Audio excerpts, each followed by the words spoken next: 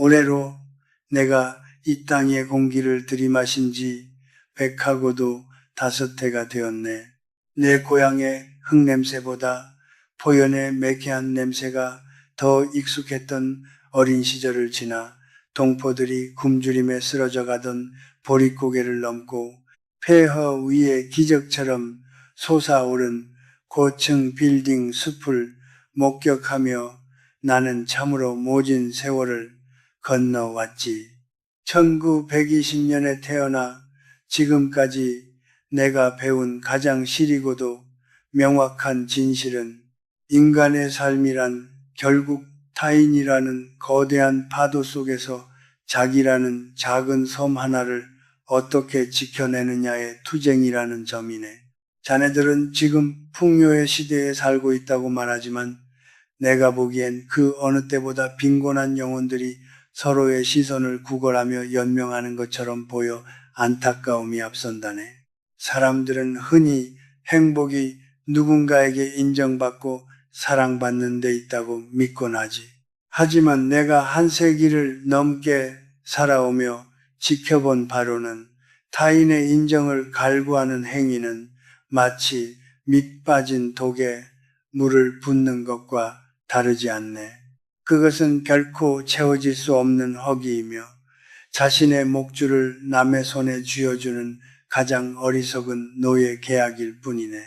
내가 전직 교수로서 수천 명의 제자를 가르치고 또 작가로서 수만 명의 독자를 만났지만 그중 마지막까지 평온한 얼굴로 눈을 감은 이들은 사회적 지위가 높거나 명성이 자자한 이들이 아니었네. 그저 타인이 나를 어떻게 보는지에 대해 무심할 수 있었던 차가울 정도로 독립적인 영혼들이었지. 인간은 본래 이기적인 존재라네. 이것은 비난받을 일이 아니라 자연이 우리에게 부여한 생존의 기본 원칙이지. 우리가 누군가를 칭찬하거나 인정하는 행위조차 실상은 그를 통해 나의 우월함을 확인하거나 내가 속한 집단의 질서를 유지하려는 무의식적인 계산에서 비롯되네. 그런데 자네들은 왜 그런 불확실하고 이기적인 타인의 평가에 자신의 존재 가치를 거는가? 1950년 전쟁통에 내가 목격한 것은 어제까지 형님 아우하며 지내던 이웃이 자신의 목숨을 부지하기 위해 서로를 고발하는 처참한 광경이었네. 인간의 신이라는 것이 얼마나 얇은 유리판 같은 것인지 나는 그때 뼈저리게 깨달았지. 타인의 인정이란 햇볕이 비칠 때만 나타났다가 구름이 끼면 사라지는 그림자와 같은 것이네. 그런 그림자를 붙잡으려 평생을 허비하는 것이야말로 인생의 가장 큰 비극이라 할 수 있겠지. 나의 옛 제자 중에 아주 영민한 친구가 하나 있었네. 그는 명문대를 졸업하고 고시를 통과해 소위 말하는 출세가도를 달렸지. 만날 때마다 그는 자신을 우러러보는 사람들의 시선과 그들이 보내는 찬사에 도취해 있었네. 그는 늘 교수님, 제가 이렇게 사회적으로 인정받으니 이제야 비로소 살아있는 것 같습니다라고 말하곤 했어. 하지만 그가 정년퇴직을 하고 직함이 사라지자마자 그를 추앙하던 사람들은 썰물처럼 빠져나갔네. 그제야 그는 자신이 평생 쌓아 올린 성이 모래성임을 깨달았지만 이미 몸은 병들고 마음은 황폐해진 뒤였지. 그가 죽기 직전 병실에서 나에게 한 말은 선생님, 저는 평생 제가 아닌 남들의 눈 속에서만 살았습니다라는 회한 섞인 고백이었네. 인정이라는 화폐는 통용될 때는 가치가 있어 보이지만 발행처가 부도가 나면 그저 휴지 조각이 될 뿐이라는 사실을 그는 너무 늦게 알았던 것이야. 행복해지고 싶다면 먼저 타인을 향한 기대를 접게, 누군가 자네의 선의를 알아줄 것이라는 기대, 자네의 고생을 위로해 줄 것이라는 환상, 그 모든 것이 자네를 옥죄는 쇠사슬이네. 쇼펜하우어가 말했듯 인간은 본래 고독한 존재이며 우리의 모든 불행은 혼자 있을 수 없는 무능력에서 비롯된다네. 나는 이를 인정의 감옥이라 부르고 싶네. 우리는 타인의 박수 소리에 길들여진 서커스단의 사자와 같아져서는 안 되네. 사자가 좁은 우리 안에서 채찍질에 맞춰 재롱을 부리는 대가로 고기 한 점을 얻어먹는 것을 행복이라 부를 수 있겠는가? 진정한 행복은 야생의 들판에서 굶주릴지언정 자신의 발로 땅을 딛고 서 있는 그 고고한 자유 속에 있네. 자네들이 지금 목매고 있는 사회적 평판이나 남들이 누르는 좋아요, 숫자 따위는 사실 통계학적으로 봐도 아무런 의미가 없는 수치일 뿐이네. 통계청의 자료를 보지 않더라도 주변을 둘러보게 OECD 국가 중 자살률이 가장 높은 수준인 이 나라의 현실이 무엇을 말해주고 있는가? 경제적으로는 부유해졌을지 모르나 모두가 타인의 눈치를 보며 자신의 삶을 전시하고 비교하는 지옥에서 살고 있지 않은가? 이것은 집단적인 광기네. 남들보다 더 좋은 차를 타고 더 비싼 옷을 입고 더 화려한 곳에서 식사하는 모습을 보여주려는 그 처절한 몸부림은 결국 나는 남들보다 우월하니 나를 인정해달라는 비굴한 구걸에 불과하네. 품격 있는 노년은 그런 천박한 경쟁에서 스스로를 격리하는 데서 시작되네. 내가 젊은 시절 가르쳤던 또 다른 제자는 평생을 착한 사람이라는 평판을 얻기 위해 살았네. 그는 거절할 줄 몰랐고 늘 남의 편의를 먼저 생각했지. 사람들은 그를 법 없이도 살 사람이라며 칭송했지만 정작 그의 내면은 썩어 들어가고 있었네. 그는 자기 삶의 주인 자리를 타인에게 내어준 셈이었지. 그가 경제적으로 어려움에 처했을 때 그에게 도움을 받았던 그 수많은 착한 이웃 중 누구 하나 손을 내미는 이가 없었네. 오히려 그를 무능하다고 비웃었지. 인간의 이기심이란 그런 것이네. 자네가 베푸는 호의를 당연한 권리로 착각하고 자네가 약해지면 가차없이 등을 돌리는 것이 인간의 본성이라네. 이를 비난하지 말게. 비가 오면 땅이 젖는 것처럼 자연스러운 현상일 뿐이네. 다만 자네가 할 일은 그 비에 젖지 않도록 단단한 지붕을 올리는 것이네.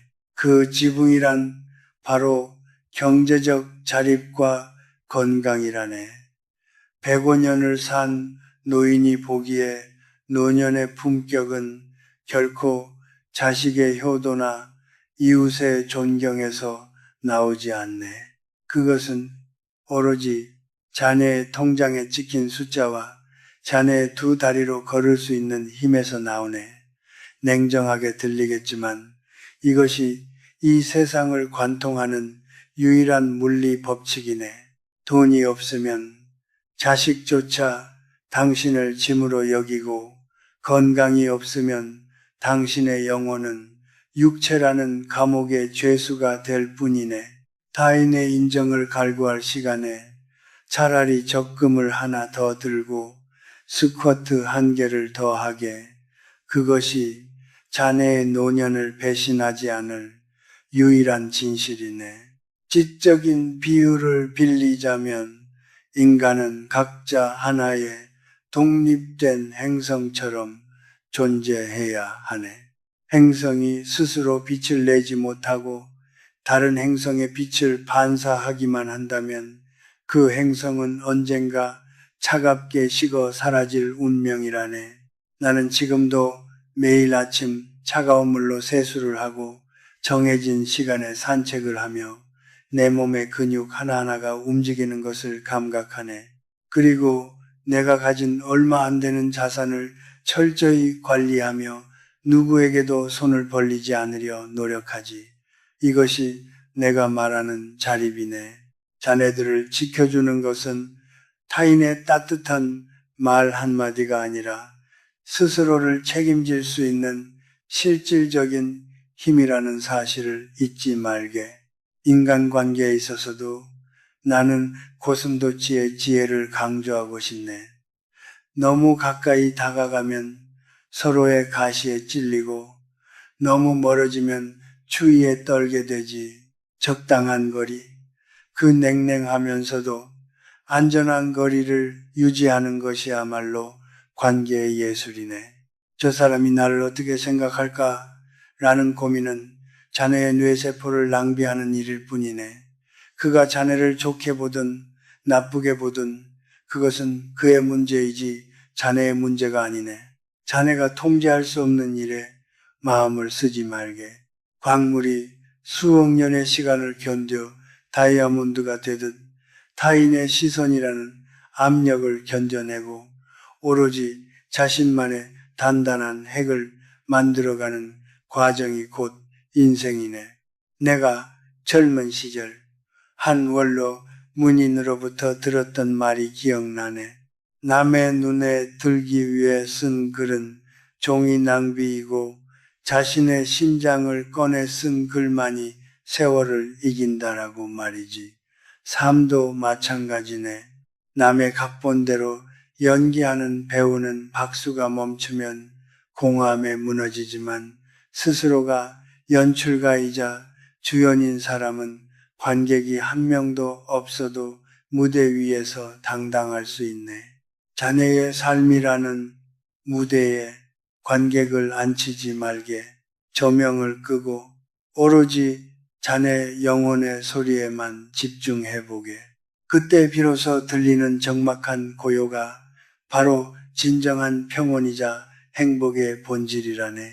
자네는 혹시 타인의 인정을 받기 위해 자신의 소중한 시간을 저당 잡히고 있지는 않은가? 누군가에게 잘 보이기 위해 원치 않는 모임에 나가고 누군가의 비위를 맞추기 위해 자신의 감정을 속이며 누군가의 기대를 저버리지 않기 위해 자네의 꿈을 포기하고 있지는 않은가? 그것은 자네의 인생을 타인에게 헐값에 팔아치우는 행위네. 105년을 살며 내가 본 가장 가련한 사람은 죽음의 문턱에서 내가 왜 그렇게 남들 눈치만 보며 살았을까? 라고 울먹이는 이들이었네.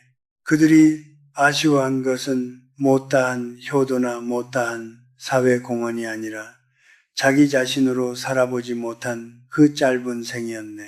저녁 노을이 지는 것을 보며 나는 자주 생각하네.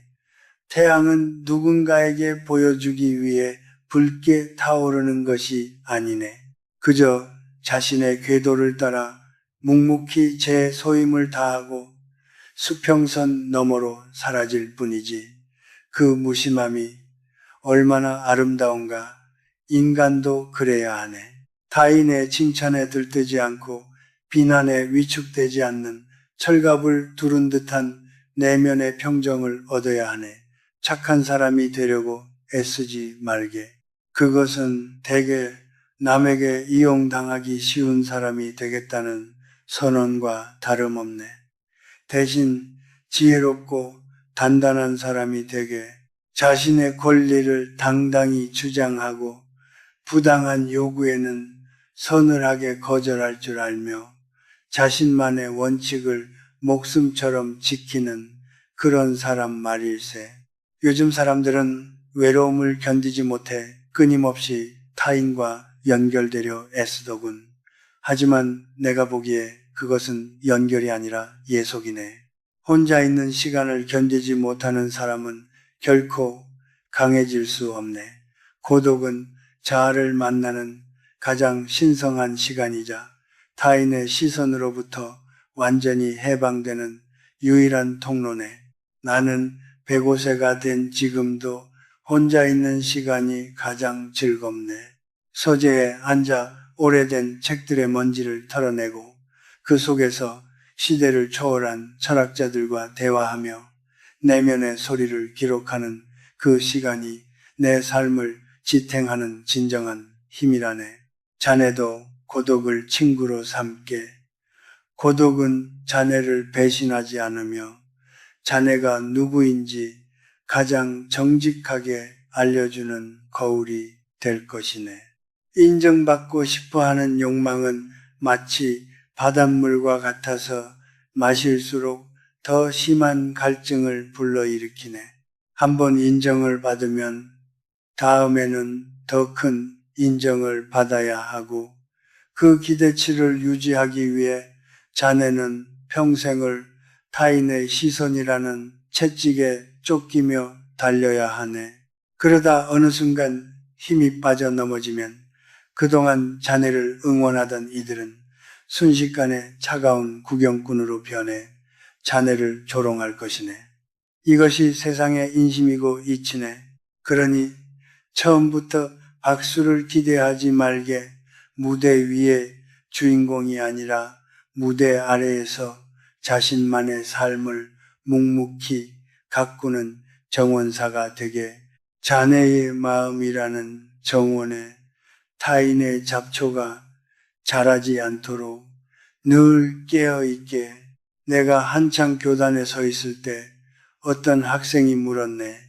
교수님, 남들에게 인정받지 못하면 제 삶이 너무 초라하게 느껴질 것 같습니다. 어떻게 해야 하나요? 라고 말이네. 나는 그때 그 학생에게 이렇게 대답했네. 자네가 금이라면 진흙 속에 파묻혀 있어도 금이고 사람들이 그것을 알아보지 못해도 여전히 가치 있는 금이라네. 하지만 자네가 도금한 철이라면 사람들의 박수 소리에 잠시 금처럼 보일지는 몰라도 머지않아 녹이 슬고 본 모습이 드러날 것이네. 그러니 남들의 눈을 속이려 하지 말고 자네의 내면을 진짜 금으로 채우는데 집중하게라고 말이네. 지금 자네에게도 똑같은 말을 해주고 싶네. 자네가 스스로를 귀하게 여기지 않는데 누가 자네를 귀하게 여기겠는가? 타인의 인정은 자네의 가치를 결정하는 잣대가 될 수 없네. 자네, 이제 그만 남의 눈치를 보며 사는 연극을 멈추게. 옷차림부터 말투, 심지어 자네의 취향까지 타인의 기준에 맞추려 하지 말게. 자네가 진정으로 좋아하는 것이 무엇인지, 자네를 가슴 뛰게 하는 것이 무엇인지 그 내면의 목소리에 귀를 기울이게. 그리고 그것을 지키기 위해 필요한 실질적인 힘을 기르게. 자금력을 갖추고 체력을 기르며 지적 능력을 연마하게. 그리하여 누구도 자네를 함부로 대할 수 없는 존재감을 갖추게나. 그것은 타인의 인정에서 나오는 것이 아니라 자네 스스로를 책임지는 당당함에서 나오는 것이네. 세상은 자네에게 친절하지 않을 것이네. 내가 겪은 105년의 역사가 증명하듯 세상은 늘 강자에게 비굴하고 약자에게 잔인했지. 그러니 남들의 동정이나 이해를 바라지 말게. 자네를 지켜줄 사람은 오직 자네 자신뿐이라는 냉혹한 현실을 받아들일 때 비로소 자네는 진정한 자유를 얻을 수 있네. 타인의 시선이라는 창살 없는 감옥에서 걸어 나오게 문은 항상 열려 있었네. 자네가 그 문을 열고 나갈 용기가 없었을 뿐이지. 이제 내 남은 시간도 그리 길지 않을 것이네. 하지만 나는 죽음조차 두렵지 않네. 왜냐하면 나는 평생 남들의 인정을 받기 위해 내 삶을 저당 잡히지 않았기 때문이네. 나는 나로서 온전히 살았고 나로서 마침표를 찍을 것이네. 자네도 부디 그러길 바라네. 훗날 자네가 내 나이가 되었을 때 거울 속에 자신을 보며 나는 참으로 남부끄럽지 않게 나의 길을 걸어왔노라 라고 말할 수 있다면 그것으로 충분하네. 행복은 타인의 박수 속에 있는 것이 아니라 자네 자신의 깊은 침묵 속에 있다는 사실을 명심하고 또 명심하게. 이 늙은이의 말이 자네의 가슴에 차가운 비수가 되어 꽂히길 바라네. 그 상처가 아물 때쯤이면 자네는 이전보다 훨씬 더 단단하고 아름다운 사람이 되어 있을 것이네. 타인의 시선은 마치 가을날의 안개와 같아서 해가 뜨면 곧 사라질 허상에 불과하네. 그 안개를 붙잡으려 달리지 말고 자네 발밑에 있는 단단한 땅을 보게. 그 땅이 바로 자네의 현실이며 자네가 가꾸어야 할 유일한 영토네. 자, 이제 가서 자네만의 삶을 살게나. 남의 눈이 아닌 자네의 눈으로 세상을 보면서 말이네. 더 이상 타인의 허락을 구하지 말고 자네 자신이 자네 삶의 가장 엄격한 심판자이자 가장 따뜻한 친구가 되어주게. 그것이 105년을 산 노인이 자네에게 줄 수 있는 마지막 선물이네. 인생은 길지 않네. 타인의 인생을 사느라 자네의 시간을 낭비하기엔 자네의 존재가 너무도 아깝지 않은가. 이제 그 무거운 갑옷을 벗어던지고 오로지 자네라는 이름의 원석을 깎아내는 일에 몰두하게. 그 과정이 비록 고통스럽고 외로울지라도 끝내 완성된 자네의 모습은 그 어떤 타인의 찬사보다도 눈부시게 빛날 것이네. 이것이 내가 본 진실이며 자네가 도달해야 할 행복의 정점이네. 마음속의 소란을 잠재우고 이제 그만 스스로의 품으로 돌아오게나.